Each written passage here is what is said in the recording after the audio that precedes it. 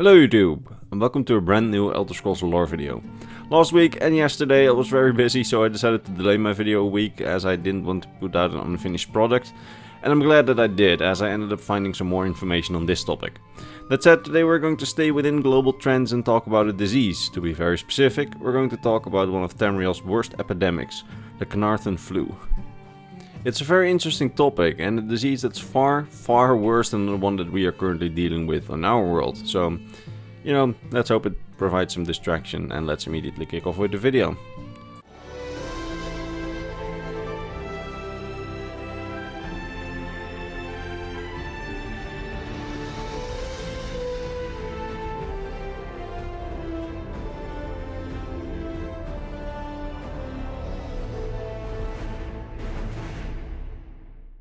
Just like in our world a few months ago, everything was fine on Tamriel in the year 560 of the Second Era. The birds were blooming, the flowers were chirping, regular stuff.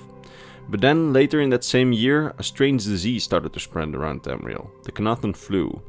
Suddenly, loads of people started to get sick and die of this mysterious disease. Exactly how the disease started is a complete mystery, but we do know that it started in the city of Stormhold in Blackmarsh. From there, it didn't take long for it to spread around the province and later around most of Tamriel, as it was very contagious. While Blackmarsh was definitely hit the hardest, the flu also reached most of the other provinces, with elsewhere being hit the hardest next to Blackmarsh. The exact nature of how the disease transferred from person to person isn't really known.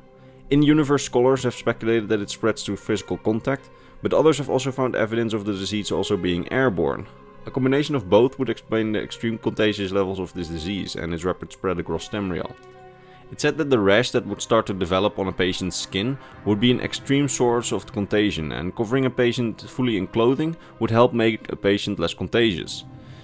The disease created a general sense of paranoia in Tamriel's inhabitants, and superstition got a hold of large parts of the populace. Ingredients to so-called cures would become extremely scarce, even though no definite cure had been found. A good example of this is that of the Redguard witch named Perizana. She claimed to have gotten a divine revelation in her dreams, which granted her the knowledge of a cure. She tried to replicate the process from her dreams and ended up curing an entire village with it. The problem is that, while it seems like this was all a miracle, Perizana herself eventually died of the flu, even though she tried her own cure, meaning that her cure didn't work guaranteed. Now, so this supposed cure that Perizana invented wasn't the only alleged cure to arise from this period. There were countless other supposed cures of the Connaughton Flu.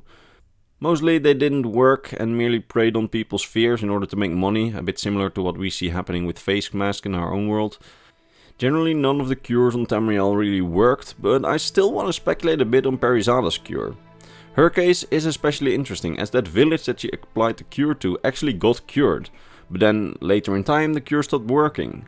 This can mean a whole lot of things, but I personally would say that this could be a signal that the disease evolved over time. Think about it.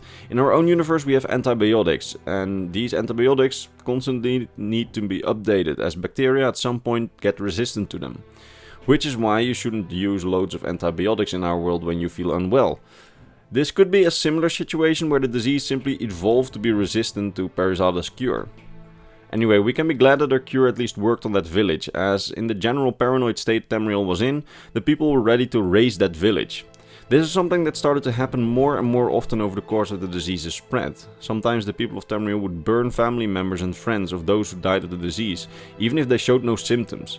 And sometimes neighboring villages or local leaders would simply decide to burn a village if more and more people there would get the disease. Now, in terms of symptoms, it would start by people starting to feel unwell at first, lose their appetite and get very tired. However, usually after that, people would start to develop a bright red rash on their skin, and their eyes would start to water constantly. Then, within 36 hours, a victim would experience very bad nosebleeds, and their eyes would start to bleed while crying. People would start to cough, and within 2 days they would usually start to cough up blood. Death would then usually come within 5 days of the first symptoms, but for some it would take up to 7 days from the start of the cough.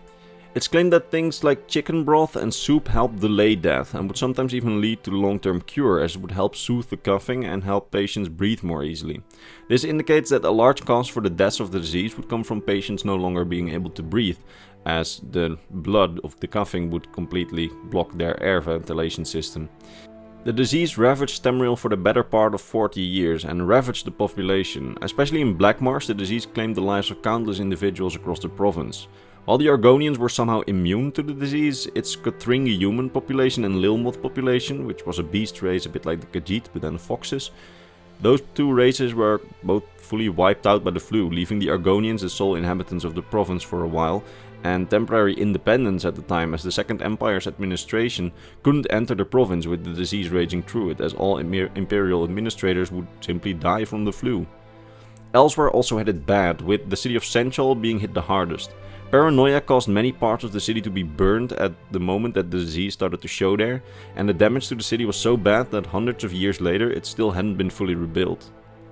Many also tried to flee to safer parts of Tamriel. In the end, that only helped the spread.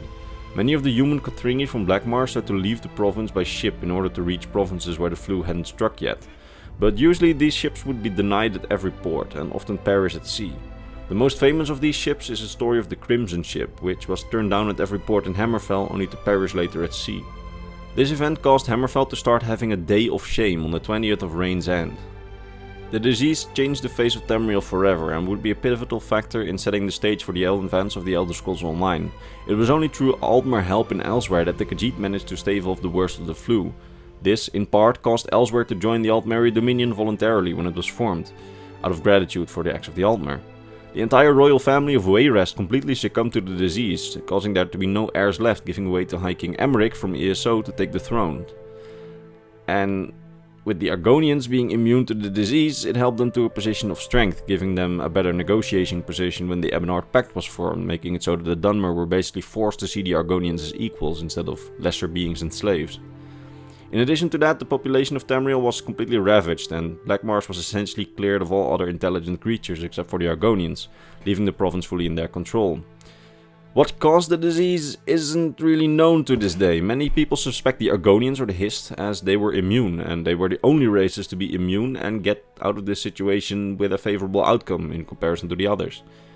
These theories say that the Hist most likely developed some sort of strange spores that would drop on foreigners and infect them. While it's easy to simply blame the Argonians, it isn't so black and white, as some claim it was instead the work of the Aeliots that had fled to Blackmarsh in order to get revenge of some sort by the last living Aeliots. And a final theory that some people online are following says that the disease most likely originated from the strange voroplasm creatures that you encounter in Blackmarsh, and that these creatures were most likely created by the Daedric Prince Periite. This would explain why Elsewhere was hit especially hard, as some voroplasms are also encountered in Elsewhere in addition to Blackmarsh. I'm personally leaning towards either the first or the second explanation, as the voroplasm theory seems a bit far-stretched to me. But I'm not ruling it out, and as always you should make your own theories on this, as it's a very feasible theory, it's just not one that I think is likely in comparison to the others. I'm personally leaning to the Hist theory instead of the Aeliot theory, but you know, the Aeliot theory also has a lot of merit on it, as we have a ghost of an Aeliot actually sort of claiming that they did it, even though he has motivations, but that's a story for another day. That said, that was basically everything there's to be said on the Connaughton Flu, and I hope you really enjoyed it. Now, before I end this video, allow me to thank my top patrons, Mr. Bernardo Binda, Metaloid1v1, Gabriel Binda, Mr. Para and Mr. Christmas. These people, along with the others on screen, make my weekly lore series possible, and I'm very grateful for it. That said, let me apologize again for the lack of a video last week and the delay in this one. I was very busy and I decided that rushing out this video would make it unfinished and make it so that it was incomplete, as I definitely needed to do some more research and fact checking before putting it out. I'll try to make up for it by squeezing an extra video in sometime soon, but no promises on that, as finals are approaching and I'm not sure whether the universities will close here in the Netherlands. I know that I'll have lectures, but I'm not sure on the exam, so we'll see. As long as that doesn't happen, I still remain to have very little time to work on videos, so I'm really sorry if it doesn't really work out. So, with that behind us, I'll see you next week, hopefully in the next lore video. Bye bye.